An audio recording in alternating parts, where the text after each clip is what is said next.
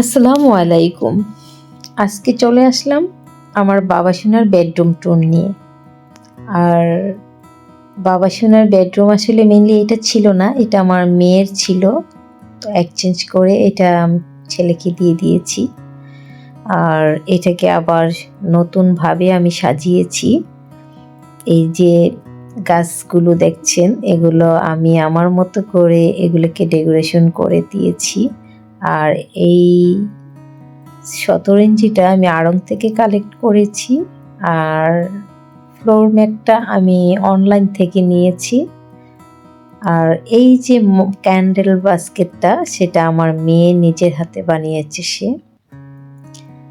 আর এই পাশে আমার বারান্দার অলমোস্ট অনেক গাছই সেল করে একদম ফাঁকা করে দিয়েছি। এখন হালকার মধ্যে কয়েকটা গাছ রেখে দিয়েছি।